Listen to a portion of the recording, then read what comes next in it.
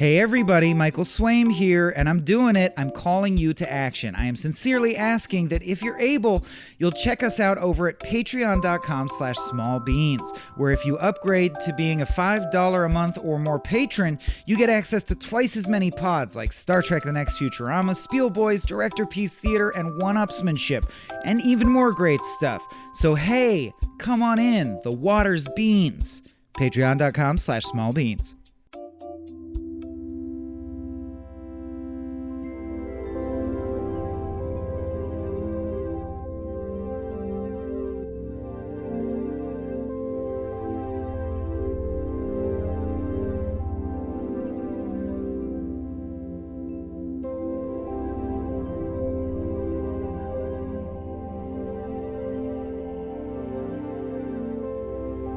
Hey everyone, welcome to another Frame Rate, the show where we rate frames. I'm Michael Swaim. I'm Abe Epperson. Proving that he can also roll his R's. Jen can't roll their R's. I'm always that's unfortunate. Ashamed for people who can't roll their R's. Hopefully It's our guest will be able to as well. Before ushering him in, I want to say it's a very special day because we have no one to thank. Frame Rate, we often have the shout out Very Baked Potato, but not thank you, just shout out. There's a slot over at patreon.com/smallbeans that we love it when people hit up. It's called Pick the Flick because it helps keep the lights on. But it's also nice when someone doesn't fill the slot, as they didn't recently, because it's the rare occasion where we get to do one of the movies from our big list that we've wanted to do since the show began. And I added this one, I'm almost positive, because Kids in the Hall are like a guiding light comedians for me. And this, of course, is their famously ill-fated feature, Brain Candy, that bombed and, you know, partially led to the dormancy of the group. Even though I think it's... Anyway. All right. So welcome, Ryan Pequin. Hello. Let's get our guest in here. Yeah. How's it going? Thank you for Hey, having bud. me. Of course. Well, I know we had the pre-taping like catch up. We like to do plugs at the top now.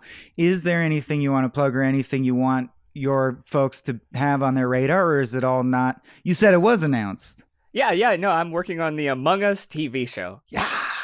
So watch it when it comes out. So Yes. yeah, he may betray us at some point in the middle of the podcast, and we'll have to shoot him at the airlock. So we'll just kick the conversation off because, like, I could just do an hour, I could riff, but I'm gonna not let myself do that and ask what we usually ask. You were faced with a giant wall of movies, and you chose this one, Ryan. How come? Had you seen it before? What's your relationship with this movie? Oh my goodness. Well, actually, I have very little connection to this movie specifically, but I'm Canadian. I grew up watching Kids in the Hall at 2 a.m. I've always been a night owl and had insomnia. And when I was way too young to be watching Kids in the Hall, I would sit there and watch it and not understand it, but really love it. So I have like this deep affinity for them as a group. I love... I think it's called... Oh, I'm blanking a little bit. I think it's called The Other Guy or The Wrong Guy. The Wrong Guy. The Wrong Guy, Yeah. which is, in my opinion, maybe the most successful comedy movie to ever exist in terms of it staying funny through the entire movie. And that famously stars Dave Foley. I think that also bombed. But It did, and I know a lot of top shelf comedians and writers who think that, have said that, or said it's the most underrated comedy of all time, etc. Quite good. I didn't know, like, I had seen it working a night shift one time, and I didn't think much of it. And then I got to go to a screening of it just recently that Dave Foley was at, and it's I think it's like my favorite comedic film. Anyway, different movie, but involving one of the Kids in the Hall characters. He's just a guy. He plays just a guy. He does. Yes, exactly. I do remember as a kid being in like a VHS store and seeing Brain Candy on the shelves, but being too young to rent it myself. And I knew it was not going to be like in my wheelhouse at that age. I don't think I would have quite known what I was watching at the time, but I've always been interested in watching it. And so this was the perfect opportunity to catch up on something that I'd always kind of like. It had been on the back burner for me, but yeah. Yeah, and I think for people like me who are contrarian and like second brand choice, which again is just a tool of capitalism anyway. But like, you know, I like Pepsi over Coke. I like Sega Genesis over Nintendo. You really do. There are headlines around the time Kids in the Hall were active of like the grunge comedians, the punk comedians. They were like the alternative brand SNL. Yeah. And of course, Mark McKinney then went to SNL and is a huge sellout and abandoned the fans. But no, I loved it. I remember coveting the idea of wanting to see Brain Candy so bad, finally tracking it down. Because, yeah, at the time, of course, like, you needed an actual VHS of it or something to watch it. And being not disappointed at all. I love this movie. I think it's great, and we'll go into why. But I want to give Abe a shot. What's your Kids in the Hall deal, Abe? I know, but tell the listeners. I came up with Kids in the Hall as well. I was a little less alt comedy. I wasn't into like comedy early on, so I didn't watch a ton of it. But we had like the tapes of the show, and I watched this at some point in my childhood. I can't recall. I mean, that's exactly as alt as you can be. I don't even like music. Yeah, yeah, it's true. And it's to me, no matter what. If we're talking show, we're talking this movie. Bruce McCullough is the guy for me. He steals the show every time. He was, even though he's the weirdest of the Kids in the Hall, he has like Cabbage Head and all these like terrible sketches that are just way too famously the short film about the sausage factory. Yeah, but his just pure line delivery and just like his characters are just the funniest thing ever, and very seminal in terms everybody of like, has one the comedy. See, I find feel funny. that way about Kevin McDonald. Everything he says is funny because he just is like a crazy human being, like put together at random. I just at Sketchfest this year saw Bruce and his friend Kevin, which is a 2-man show with Bruce and Kevin, and it was they're still so sharp. Bruce did a monologue about Eraserhead that's so fucking weird. So weird. Yeah, so I think that's what one of the things I want to draw attention to is this show's through in the show and so much in the movie, and I think it's super unique to them. When I watch SNL, sometimes with the digital shorts, like I know Lonely Island wrote them or whatever, but with this more than anything, I've never had a sketch troupe that feels more like a band, where you're like, John wrote that Beatles song, Paul wrote that Beatles song. You're like, Bruce did that sketch, Dave wrote that sketch. And you can actually, like a boy band, develop a favorite comedic sensibility. Like Mark McKinney is maybe objectively the most flexible actor, but he's the most corporate, you know what I mean, in a way. And then like they each have their thing. Who's the bad boy? Kevin McDonald has no range, but he's like a crazy Muppet. Dave Foley is like the cute boy who gets the most attention, which they bag on so hard in the 2-man show though. I saw. Yeah. To be fair, he's a cutie. And he's a cutie again. Yeah. And the show made it seem like prime that it was really true, and he got the most attention and got laid the most, and they do resent him. Yeah, very clearly. Like in a friendly way, they all resent him for it. Because he looked the most like a movie star. That's right. Of all of them. And he plays like nice characters that are likable. Yeah. Yeah, that's true. Not in the movie. And during the filming of the movie, I think they genuinely resented him, is my understanding. So there's also that. I think. Oh, dude, this show I saw, because they're old men now, they totally also dish a bunch of gossip about how, like, they, like a lot of comedians, they went through severe alcohol issues where they truly got to dark places, and like several of them now are trapped in that thing thanks to Canadian law where they got locked in at a child support or alimony rate Kids in the Hall was big, and now it's small, and they can never return home, Fraser. or they'll be arrested. Yeah. And speaking of which, or they'll be fined or something. Cameo. Brendan Fraser in this movie. Never noticed that. One scene. Yeah.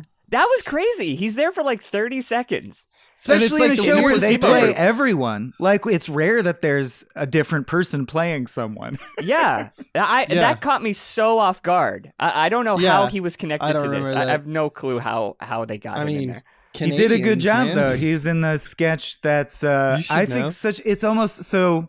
People who don't know, Ryan created an incredible webcomic called 3-Word Phrase, and that reminded me of one because it's so short and sweet. It's just that they're studying the brain candy pill. If you haven't seen it, they invent a pill that makes you super happy, but it leads to a comatose state, and then they got to fight to, get it reversed. That's the whole plot. It's just a bunch of sketches strung together. But Brendan Fraser's in the placebo group, and they're trying to convince him he's not, but he has like horrible acne. And he's like, it tastes like sugar. My face is telling me that it's sugar. No. Good premise for short sketch. Yeah.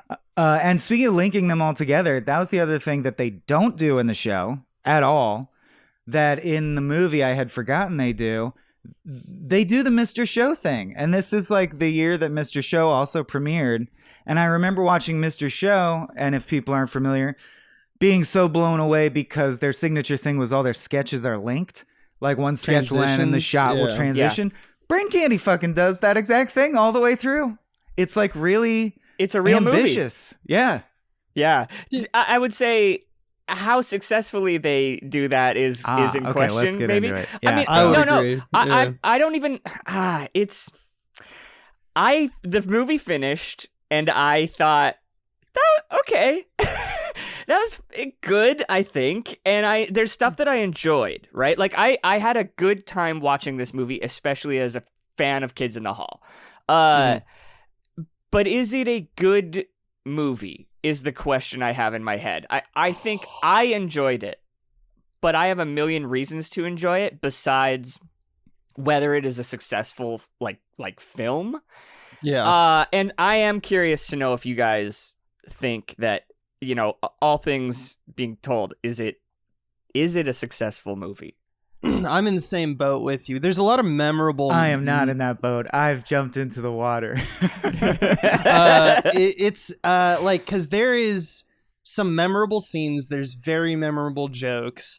But two things. One, I kind of wish it was funnier. I think that they have, in terms of hit and miss ratio, I think that Kids in the Hall is usually at a higher caliber than this. Mm-hmm. And I think that while the satire is there and there's a lot going for it, for the most part, the story is just throwaway. Yes, right? Yeah. I was wondering. Because I'd never seen it, and I was watching it, and I was thinking, as soon as it came out, they started unfolding the story, I was like, okay, will they try to have an actual message? Are they saying something particularly true or honest here? And by the end of the movie, it's like, the message is just like McDonald says it in like 2 lines, and it wraps up like exactly how I assumed it would. And part of me was kind of just like, I almost wish they went darker. I wish they'd stayed a little more cynical, or like I don't know. They threw it away more. I think I'm with you, just because it's like, to me, if you're going to set up a story that has like nuances and has like characters who are like, there's the whole like romance with Dr. Chris Cooper and Bruce McCullough. You have all these nuances of story that are going on, but then you're kind of fighting two masters because it's Kids in the Hall. Also, everything's just a bit, and it's immediately disposable. So when I think of like a good Kids in the Hall movie, I guess I either think, well, you do the story and it's like a fun little story and you do service to that, or you say, fuck it all, let's be punk. Yeah. This is kind of a weird mix where I'm like, how much should I care? Am I supposed to care? I don't know why we're following this guy if nothing matters. I felt similarly, yeah. But still, it's still pretty good. Like it still lands most of its attempts. It's just, if I had to lob any criticism at the movie, it'd be that. Yeah, I think if nothing else, it's its own thing for sure. I can't think of another comedic film that I've seen that feels like this movie. And it does feel like Kids in the Hall. Like I do think it successfully feels like that group, although it is crazy how little Dave Foley is in it. Right. Because he was on news radio at the time. He right? was. So he had already left the band. They had to sue him to be in the movie. Yeah, I read that. A great mom and dad are fighting. I love that when that happens. Yeah. So you can kind of feel some of that tension maybe, but yeah. Still brings it though. Dave Foley always brings it. Michael, are you gonna jump in and say that you loved it and we're stupid? Or are you crying? Yeah, if I right may, now? but I'm waiting for Please, an on please. ramp. Okay, yeah, I couldn't disagree more at all. I feel like you guys brought like some funky energy to it or something. I laughed out loud continuously. So did my mom, who watched it with me. By the time we're done, I will quote some of the best jokes, and I think they're fucking killer. Oh, yeah, they are. I feel like I'm like, Abe, you don't understand a fully disposable world. We did sketches together for a decade. Like, one of my favorite comedy movies is Freaked, or like we talk about, of course, like Airplane. Yeah, you're not supposed to care. It's a sketch movie. I think they did exactly what you said. A simple 3-beat plot that is incredibly insightful and has a vital message about the medium, which is that one day these drug companies that are totally corporatized will just invent a drug that just makes you feel happy and you have no reason to live and you just sit there. I think that's probably true, and it's something that I think about a lot. It reminds me of things like what comes after postmodernism, what is the end state of art and media, like what is the goal. It reminds me of the Futurama episode where they go to the old folks' home. It reminds me of Severance. It reminds me of the Vonnegut book where they create the Howard Johnson suicide machine. Welcome to the Monkey House. Like, I think I was shocked how well it held up. I thought it was awesome. Okay, I think it feels for 1 second? disjointed and frenetic structurally because it's a bunch of sketches put together. But all I need, as great sketches have, is the 1, 2, 3. The 1, 2, 3 is they invent the happy drug. Oh no, it turns out it's bad. We got to stop the happy drug because life isn't about being happy all the time. What a poignant message for a comedy sketch film to deliver.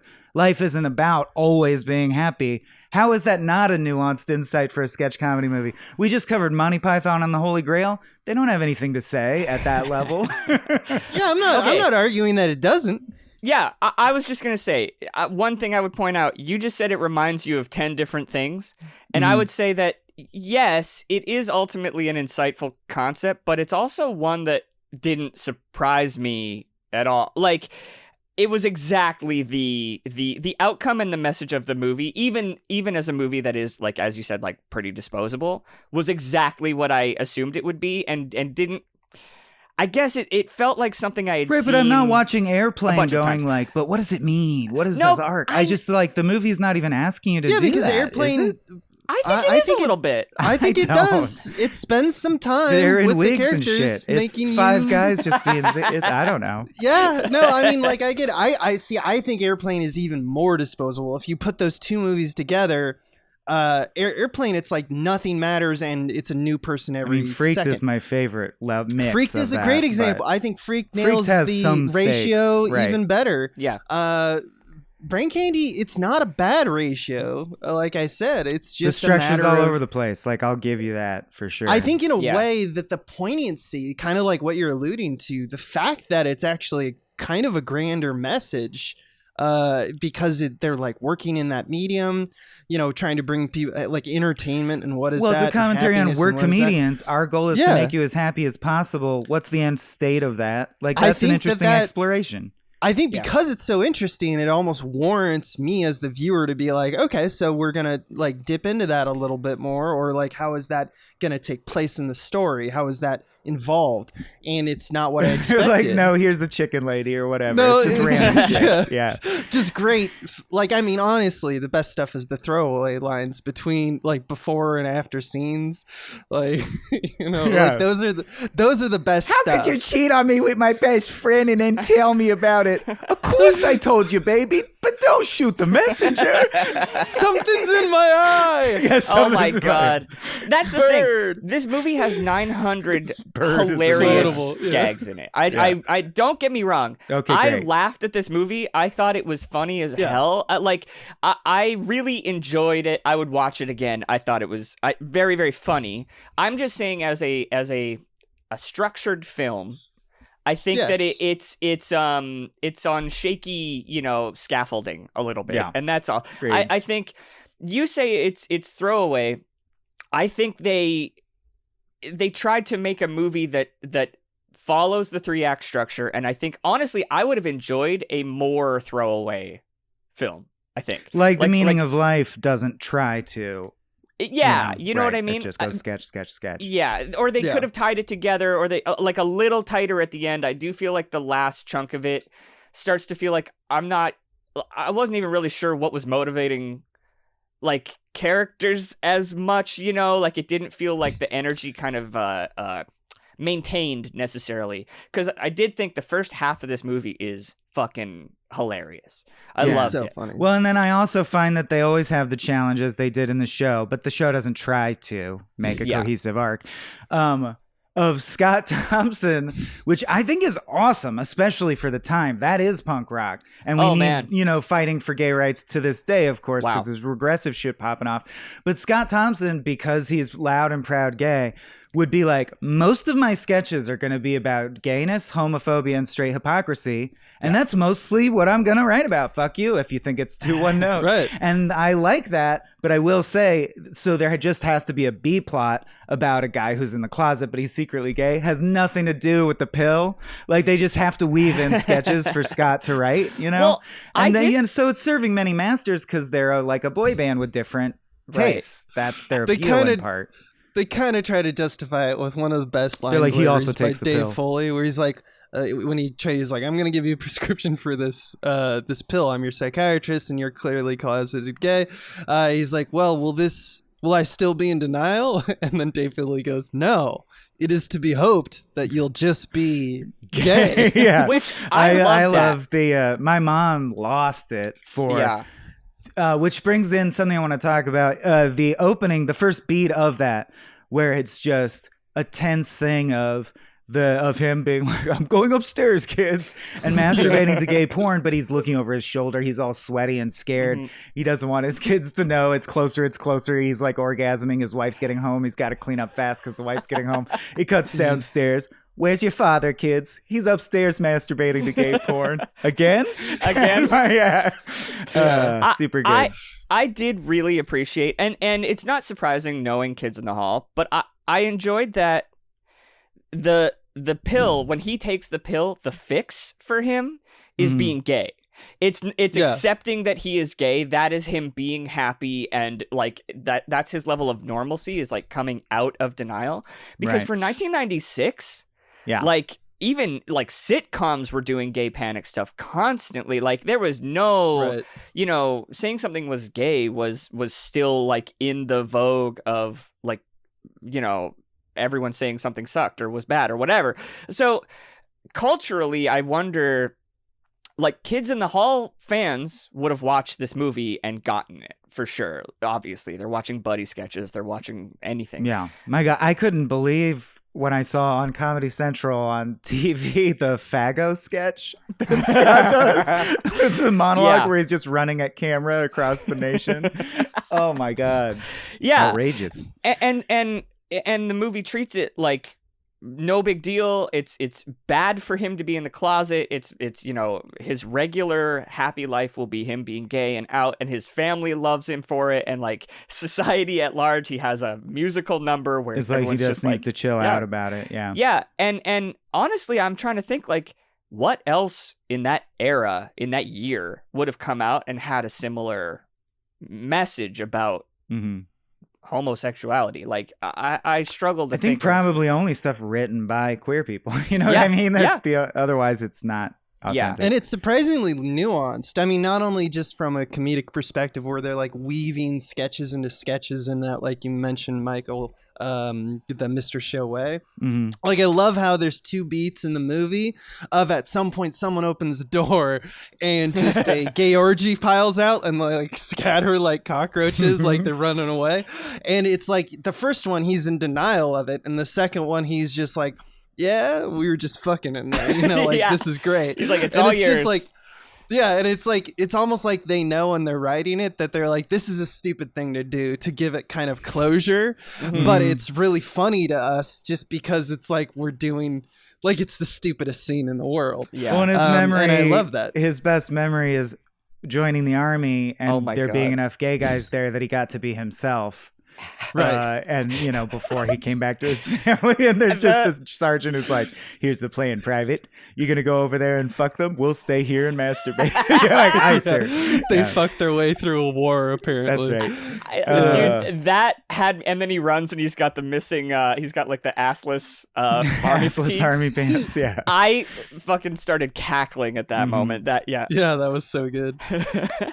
I think the one that push-ups all day, you and me, big You muscles, start smiling. hard muscle, Hard muscles. and then they're getting closer and closer.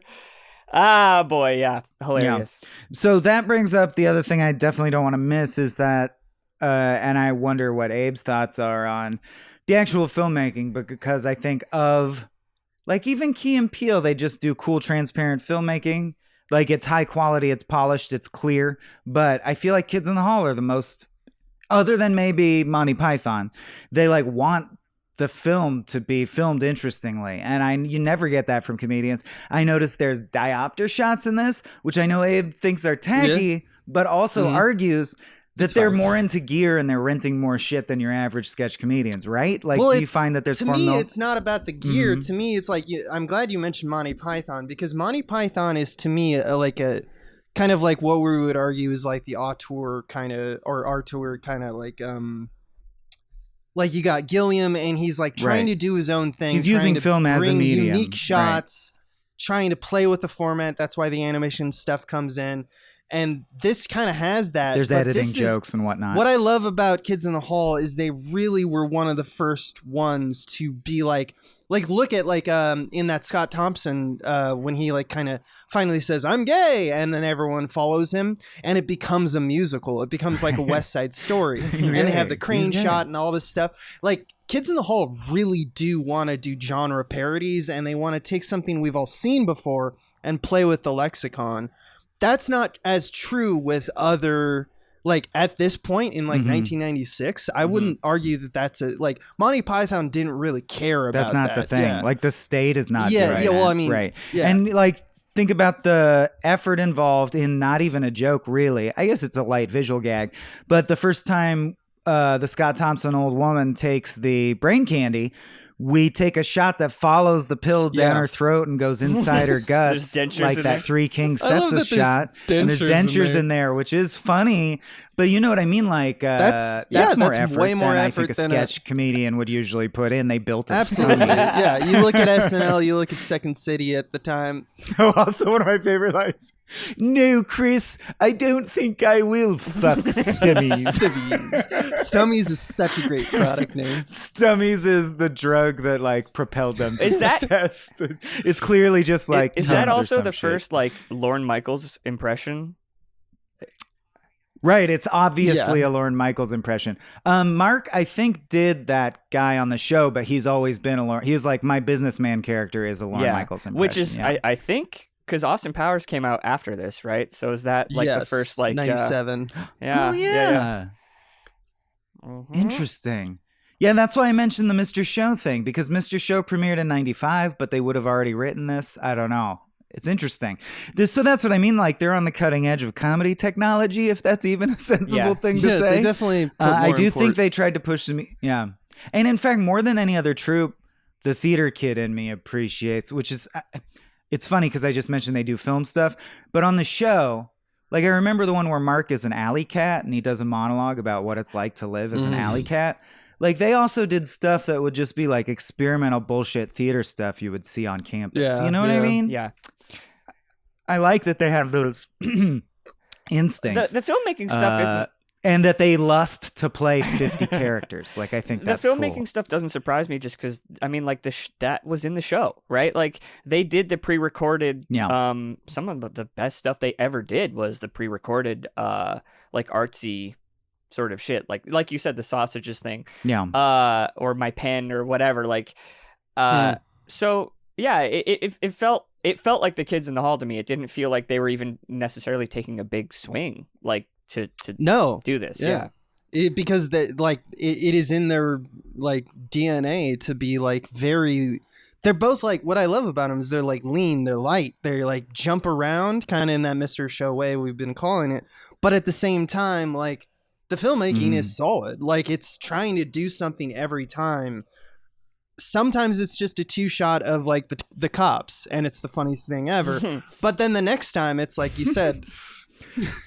Don't run, sir. It's okay. We always win. Oh my god, the cops are probably my favorite characters overall, the canon, because they are in the show as well. Yeah. Just. Oh yeah. Well, it's not. Yeah, it's from the show, not the movie, but the one where Kevin McDonald keeps going like, "Pigs coming through. I'm a pig.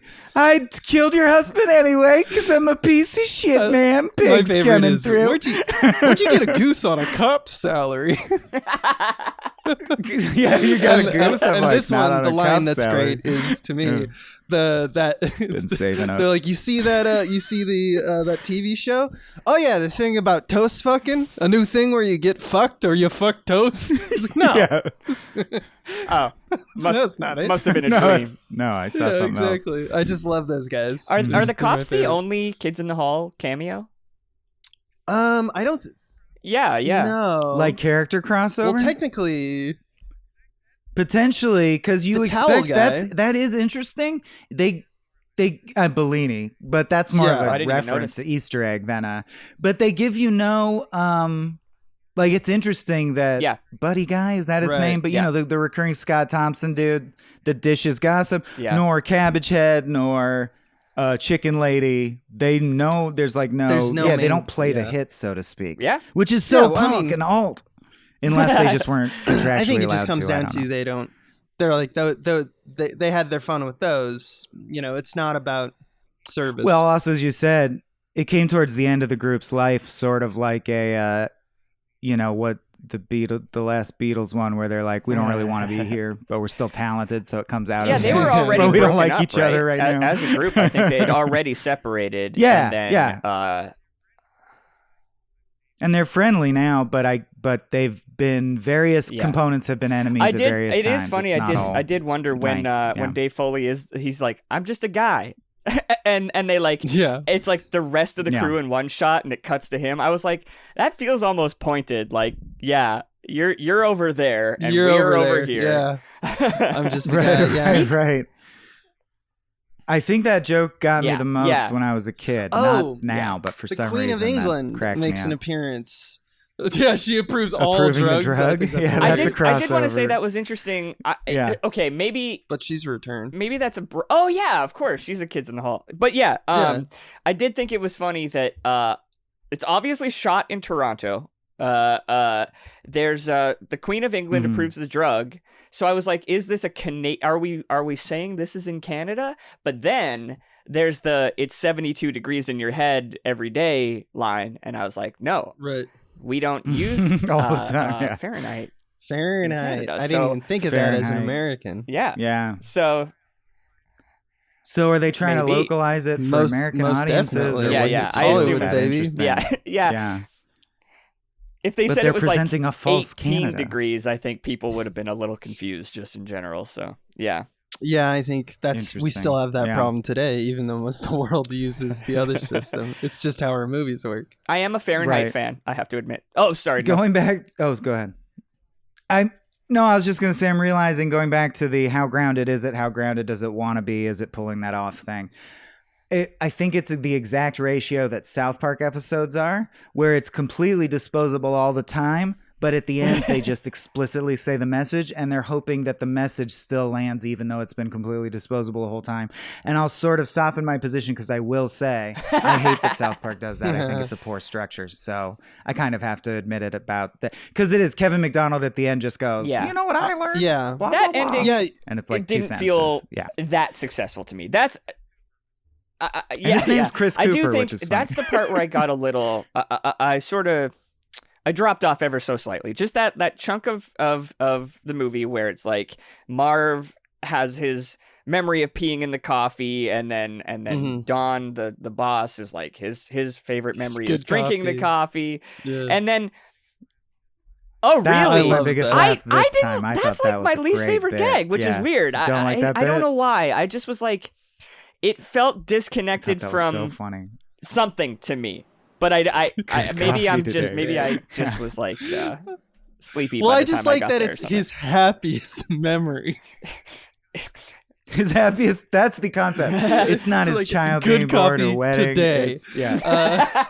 All right, fair I enough. also- It's Okay, just one time that's he had pretty good funny. coffee, and secretly I it also implies think, that he just like, loves piss, and he I'm doesn't kind know of in that about agreement himself. with Ryan just because that chunk where basically once Act 3, where he basically goes, oh my god, the pill is doing this stuff. Yeah. That whole stuff. Then The we drug's get like bad, I guess. fewer Yeah. jokes, and they really do follow like a through line that is more of like, let's solve this in a real way. But it's got. So the joke ratio is less, and that's why I'm in agreement with you. But what a climax! Grab a guy by the balls and spit a pill into his mouth. Yes, please. Oh, I thought that was cool. Yeah, and shot well. Also, I love, speaking of the piss stuff, Bruce as a lady scientist, just the delivery, looking through a microscope. Yeah. This urine is good. great. I wrote that one down too. So excited. This urine. You're right that I can't do Bruce nobody McCulloch can. deliveries. They're incredibly unique. Yeah. This is a pill that gives us girlfriends. His businessman get here? douchebag is the best, though. Like, yeah. To me, that's his favorite. His, That's my fuzzy favorite. his marketing guy is so fucking funny It's in this so movie. fucking funny. He's just such a piece of shit. Oh, dude. Oh, yeah. And And his his rocker. I rocker, didn't think- dude. Yeah. I got a message. It's about drugs. Is it weed? The whole crowd in unison. No, it's not weed. Is it hashish? Not even hashish. Yeah, the long Horse pause before tranquilizers. horse tranquilizers, where everyone's like cycling through. That Yeah. cracked me up. I did think it was funny, and this is just like a throwaway thing, but it's funny that stuff did kind of date the movie. That they're at like an alt rock. Like very 1996 like grunge metal, concert. Even just the overall kind That's of tone true. of like people kind of wallowing in that specific kind of unhappiness felt Yeah, very it's like- 90s, you know, like that. It's like watching Buffy the Vampire Slayer when they do like like musical Yeah. guests, and it's like Sixpence and None the Richer or something. yeah, like that. I was trying to think, could you do this? Like, what would be the tone of this if you made this now? And I feel like it would have to be very, very different in terms of like. Well, it would be a period piece, right? Yeah. I would I feel like, guess. yeah, the 90s is now a history period. But like, if you made that now, the unhappiness would feel, I don't know, different. Like right. people who are sad now are sad in a different kind of way. I feel like, or like the. Oh, well, at this time, we were constantly making jokes about how Gen X is sad Yeah. just because for no reason. So, like, the Simpsons joke, all right, that sucks. Are you being ironic? I don't even Dude, know anymore. The Like, I think there was Daria, there was the trope Yeah. of kids today are sad and it's just to be a personality affect. Today, I think if you're presenting like kids today are sad, it's like, yeah, no Yeah, shit, they should be. because of all the horrible things. Yeah. Yeah, that's I was thinking about. I was literally that scene of the I don't even know anymore, man. Like that went through my Yeah. head as I was watching it, and yeah, it is funny. I think like it'd be harder to almost like find the humor in that now a little bit, like 'cause Right. Everybody is. Yeah, it's harder legitimately to sad. navigate because it's like a more serious problem. Yeah, You know? yeah, And it's hard to be serious and be funny. a little bit. Well, that James Acaster bit that we always cite sets the template. Oh yeah, that's a great bit. Yeah. Have you- People can look it up. I also want, as long as I'm like stumping for this being ahead of its time, the other thing I really struck me like a bolt of lightning on this watch was I didn't really care for it, but that Happiness Pie song where they actually end up showing a giant pie and the surface turns out to be just brown water and the smiling cops goes by firing wildly into the air and they cast a bunch of extras that are clearly just random weird Yeah, looking it's like a people they 60s found music video. and they green screen them and go anyway.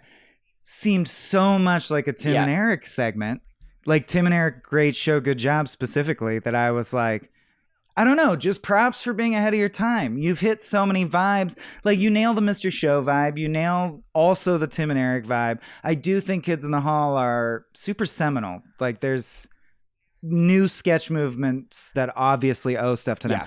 Like I think the like Bruce McCulloch, I like to think that like Tim Robinson loves Bruce McCulloch, or they would get along. 'Cause Yeah. I feel like that character-driven energy is there, and that Kids in the Hall is part of that Bruce conversation. McCullough is so yeah. funny because there's something about him where he's so funny, but the way that he approaches characters in comedy reminds me of, and this is going to sound so stupid, but an unfunny person trying to be funny, because he's always like making faces or like talking in a goofy voice or like sticking his tongue out. Voice. Yeah, he's just like, which by the way is Tim Heidecker's current bit. He goes out as an unfunny stand-up and it's hilarious. But yeah, it's like his physicality is so just like goofy and like what like a kid would do if they were trying to be funny. But he is so funny.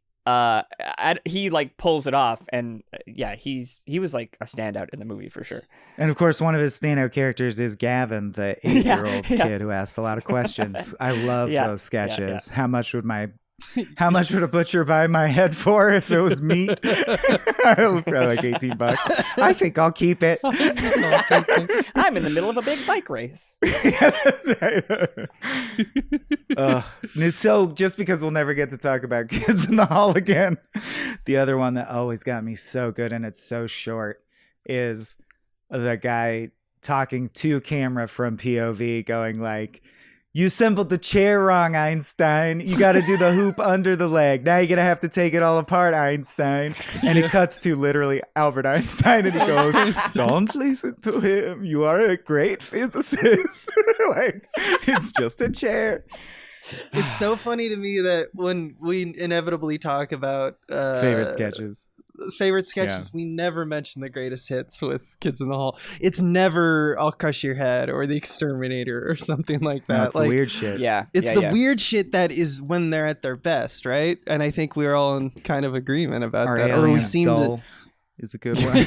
That's a good one. I do love how when they talk about dads though, all their dad stuff. The one where it's like the dad takes his kid out and they just get drunk in a field and he like tries to fight him and stuff. The coming of age thing is you're gonna watch me drink a 24 pack like my dad did with me. Yeah, you want to take a swing at your old man? It's like that is the most universal thing in the world to me. And then it's so good. Which also leads to my favorite joke in the whole movie, which is the clumsy suicide dad. Yes. Which is, the 2 hours my God, later. 2 hours later, he hit a vital organ or whatever. Yeah, so I wrote this all down. Holy shit, dude. It's a flashback to young Kevin the day his dad killed himself because of depression.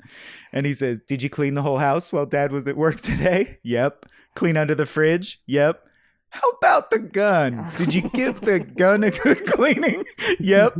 And then he like listlessly walks to the door as his briefcase falls open and stuff just falls out. There's an immediate gunshot, a delay, and then he goes, "Oh, holy God, my foot. Oh, God, that hurts."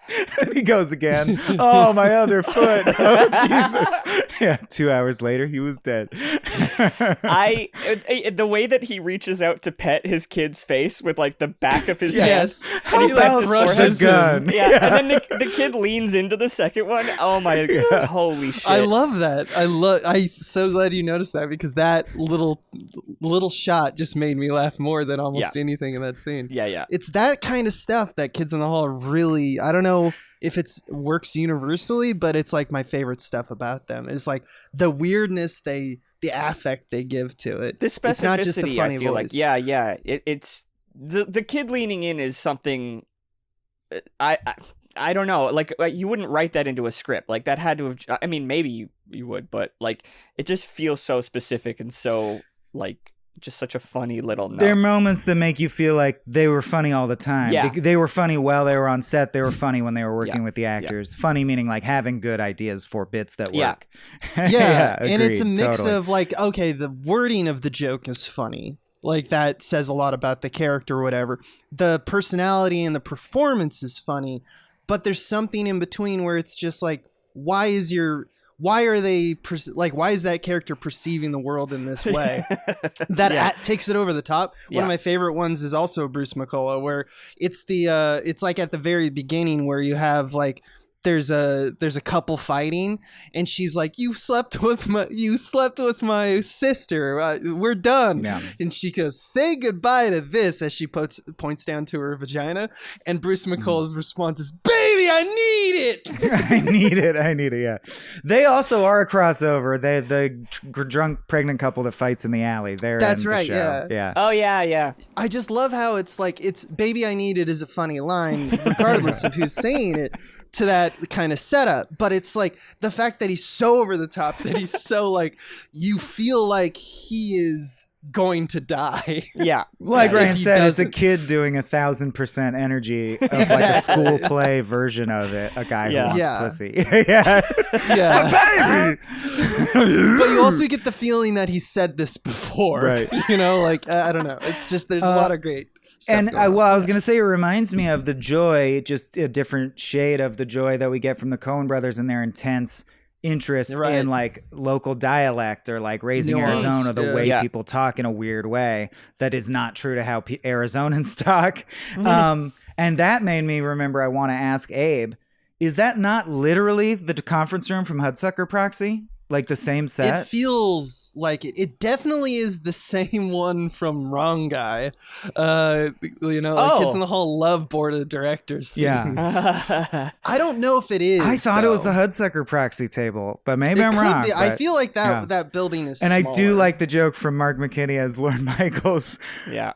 Hey, are we ever going to get the big table in here? Or do I got to chop a tree down myself? And you're looking at like the biggest table you've ever seen and no one laughs. And he like looks annoyed that no one laughs. Yeah. he also steals the show. He has probably my biggest laugh. He has the Chris. We're having a family bris. My nephew's brissing. We're about to bris. Can we bris, please? I love the... can I get you anything? Wine. This is so Dr. Evil. Now that Ryan pointed This it is out. Dr. This is Yeah. a Dr. Evil bit. Can I get you anything? Wine, water, tickets to a Lakers game? No, thank you. Cheesecake, AA batteries, flight to Montana? No, I'm okay. Oh, I thought it was land in Montana. Oh, land in Montana. I like AA batteries. Cheesecake, I like AA batteries, Yeah. Man, this is the nerdy shit, Ryan, that me and Mike get up to is we like try to find like the mathematical precision of like, when do you deploy the AA battery? Is it funniest in the 2 slot, the 7 slot? Yeah, exactly. Where's it going on the Yeah. list? Yeah. It has to come a little later in the gag for sure. It can't For be the sure. first Yeah. couple. Well, and that reminds me too. There's a similar gag in the Pie song where he's just listing off different vocations that can be happy, Right. and it just goes on, and he's talking about like freelance artists and like getting like it's. I think it's that joke of getting ultra specific in a way where you don't Yeah. have to, and something about that is always. It always lands for me. Where Which it's all like, the cracked comedy writers do to this day. Yeah. It's so funny. We did a welcome dinner the night before our wedding, and there were these cards where it's like, wedding advice, always blank, never blank, and the guests fill them out. And all my comedy friends, of course, did jokes as I would want them to do. Every single one did the same joke formula, which was to do something weirdly specific, like always clean your towel, never forget that I told you to clean your towel all the way down the line. And then someone Right. else's would be like, always climb Mount Kilimanjaro all the way down the line. So I was like, man, I really think the Kids in the Hall taught a generation of comedy writers that randomly cleaving to a weirdly specific detail is funny. yes, yeah, And I still feel that specificity way. is Yeah. just funny. That it's just how it is. Yeah. Getting It too is. It is specific funny. about something It's- is a tried and true Right. Like, formula. as for Dr. Cooper, they say he joined a KISS cover band and rocks 3 nights a week at some chicken place. Like, it's so Yeah. brilliantly written that it's very specific, KISS cover band, but it's just some chicken place. He doesn't have the details on that. That makes He that didn't funny. get the- Yeah. That makes that funny. That's right. I And forgot it's that joke. interesting is that or not interesting, I guess all great comedians do this, is that they do the other, what I would say is the other side of the fence of comedy, which is to say that it's purely just a conceptual joke that is funny. Like, Yeah. it has nothing to do with the order of things. Yeah. Like the reoccurring character, the narrator, the taxi cabbie. Yeah. Where he's just going off on how the drug is made of monkey cum. And you, like, May I boil read it the or quote? something. Sorry, Yeah. just, Yes, they make them jack off. Yeah. yeah. Well, say your message about it while I find the line, because I know I wrote it down. What but do you just think the of that guy? idea of the line that Michael's going to read very eloquently. The concept is just funny enough. Just the idea of like, what is this drug made of? The answer is just funny. It has nothing. Like, the performance is good too, but like, if you strip all of that away, it has nothing to do with this like joke roulette, this mathematical kind of like how do we form a list. He also does like what that. I think is interesting is like a politically safe. You can't tell what ethnicity it is. Taxi True. driver. That's just like a general foreign voice. I just drunk. assumed he was doing like Quebecois, which you can make fun of anyway. Which you're allowed to. Or yeah. It's almost Triumph the Insult Comedy Dog. The drug. Yeah. It's made from monkey cum, you know. They make them jerk off, show them animal porn, real kinky stuff. 2 dogs making love to cat, or a bat and a pig, you know. Very funny to me. A bat fucking They a pig. boil it or something. They boil it or something. Yeah, like he doesn't know. Yeah. Which I guess is kind of like what you were saying, where it's like the very specific, like what the pornography they're showing Right. to these Bat and monkeys, pig. Yeah. and unspecific, they boil it or something. Yeah. So I guess they do have a kind of strategy for a lot of their jokes. You're evening it out. The vagary of they boil it or something next to the ultra specific animal porn is like, yeah, the juxtaposition is very, very funny.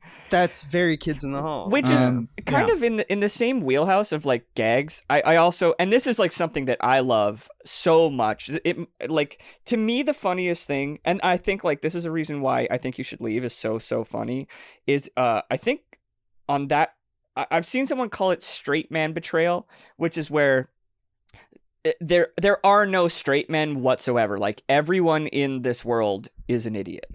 And the scene where Cooper is on the talk show and he's fielding audience questions, and all the audience just questions, like, you're hot. yeah, Are you or single? like, Yeah. how big is your I'm house? a scientist. And he's like, I live in a small apartment, and everyone's like, boo. Woo! Like, yeah, like that to me is so funny. And I swear to God, I'm not trying to toot my own horn or compare myself to Kids in the Hall, but I made a short, a 3-word phrase, animatic, and in that I have a scene that it was just funny to me, is very, very similar, where someone is fielding questions from an audience, and all the questions are A, not related to the topic, and B, very stupid and simplistic and like talk show questions. Yeah. Similar to like, how big is your house? Someone asks like, how much could this person lift? You know, like things like that, where it's like you just have an audience full of morons who are not interested in the topic at hand, but they're all like also in agreement with each other. Like when she asks if they like her outfit, and they boo for no reason.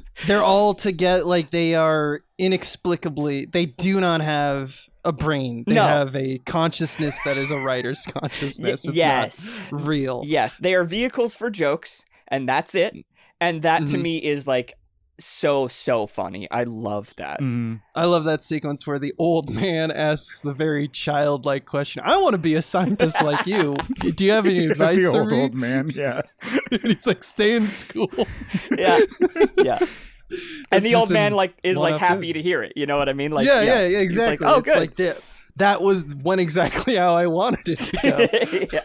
Also, just like reminded me of, Arrested Development, the episode where they orchestrate the plot such that there's the rock, paper, scissors joke at the end, is endlessly inspirational to me as a comedy writer. Right. And I thought this approached that, the idea just that the old woman has her worst memory, which is her grandson floating away on a bunch of balloons. It's shot pretty funny. But so she's sobbing uncontrollably as our protagonist kisses his love interest in the foreground. There's an old woman sobbing in the background. It's just funny to like maneuver that shot to happen, I think is very brilliant. Yeah, absolutely. But since we are approaching the end, I'm just going to point out the 3 jokes I liked that I didn't get to shout out yet. No segue. I'm just going for it. I love when he's trying to whistleblow and tell everyone about the dangers of the pill and the media doesn't come. I'd like to thank the media that did make it. College Radio, Weapons and Helmets Magazine, and of course Girl Beat. And there's like a stoner guy, an army guy, and a little girl seated across from him.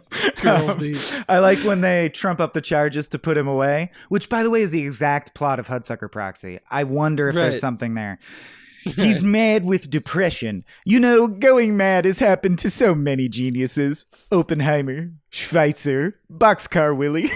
The genius. And then also McKinney, taxi driver at the end. So what does this story mean?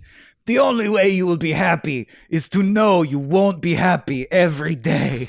It sounds better in the original Croatian. Yeah, so Yeah, good so stuff. apparently he's supposed to be Croatian. I guess he's Croatian, but I guess, I yeah, I can't didn't confirm even that. catch To me, he does sound Yeah. like a French fur trapper now that Ryan's pointed Yeah, that I out. mean, yeah. I wonder, yeah. One of the ones that I wrote down that I haven't, just because we're doing Yeah. joke roulette now. Mhm. Well, there have been a few flipper babies. Yeah. There are only a few. Kathy, this latte is lukewarm? No, Luke Skywalker, you fucking inbred. That's so good. And I love that Cooper Bruce laughs McCullough. at that, like he's just become a total piece of shit by this point. Yeah. Yeah, and I also like that. It's also that Bruce McCullough doesn't laugh at it. Like he's like, no, I was he's being angry. serious and mean. Yeah. And he's like, and then he notices that his friend's laughing. He goes, yeah, that was a joke. I guess if we're talking about formula, one of my favorite things is like really something's said very like in a very basic way. So like when Don is announcing the drug and he says the drug is going non-prescription, which is good. That's it. And like everyone cheers. I love that. And then at the end when they're the shitty son of patient 957 is like getting the $10,000 and someone just says, "That's a lot of money. How pleasing." How pleasing. I don't know yeah. why, but how pleasing to me. Like it triggers That's my good. brain to just like Yeah. fire off every neuron. Like, who is this person? Yeah. What are they? Why are they saying these words? It's so good. I love that. Yeah, it's there is so many.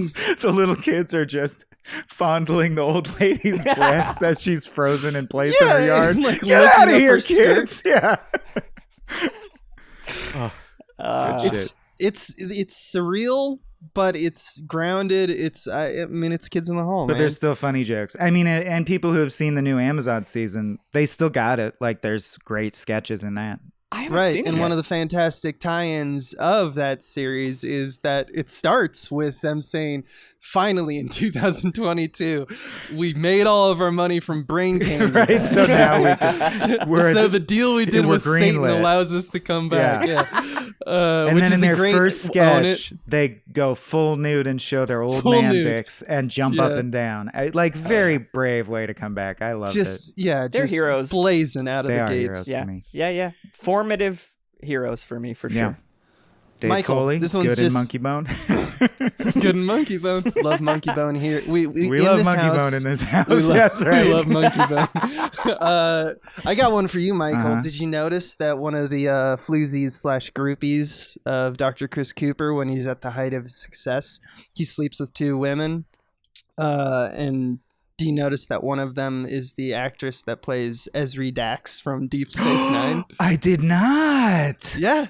I'll be honest, Nicole I skip DeBoer, Ezra I think? episodes because I miss Jadzia, but yeah, I'll have to check that. Oh shit! I mean, I Yeah, believe it's- you, but wow. No, I checked on IMDb Yeah. and everything because I was like, is Okay. that Ezri Dax? I don't know. Sorry, Ryan. No, You no. probably don't care. I vaguely know of what you speak. Yeah. One of my best acting instructors, who I credit with a lot of whatever acting skill I possess, I spotted in Fargo. And I went into class. I'm like, "Are you the lady in Fargo that says the guy you slept with was kind of funny looking?" And she's like, "Yeah." I'm like, "Yeah, that's awesome, dude. Kind of so funny cool. looking." Yeah, Kind of funny looking. she boned Yeah. Buscemi. Big nerds. Yeah. Big nerds in this. And when in this you're area. describing sex with Steve Buscemi, it's time to wrap up. Yeah. Thank you, Ryan, for joining us. Oh, Yeah, thank this you is for having fun. me. That's great. This is the spot where people, again, push social media or projects if they need people to go to stuff. I'll say, if you're unaware of Ryan's hilarious webcomic 3-word phrase, that's not what he's currently focused on, but it exists. You could go read it all right now. I will say I'm is thinking there anything about else doing more. people should check out? Oh, really? You could go to my Twitter, which is just my name, Ryan Pequin. No spaces or anything.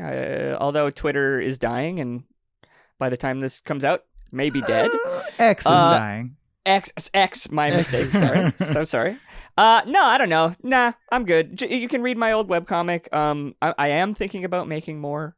I've been feeling the itch. Ooh, lately. yeah. It's That's like always good. We I'll- love it here. Every 5 years, I'll check Perry Bible Fellowship, and there's like 4 new comics. I'm like, Yeah, yeah. nice, man, Yeah. nice. Yeah. He gets. I'll take it. He clearly just gets like Whenever he he wakes feels up like it. one Right. day and it's just like, oh yeah, Yeah. maybe that'll be me. Other than that, Cool. nah.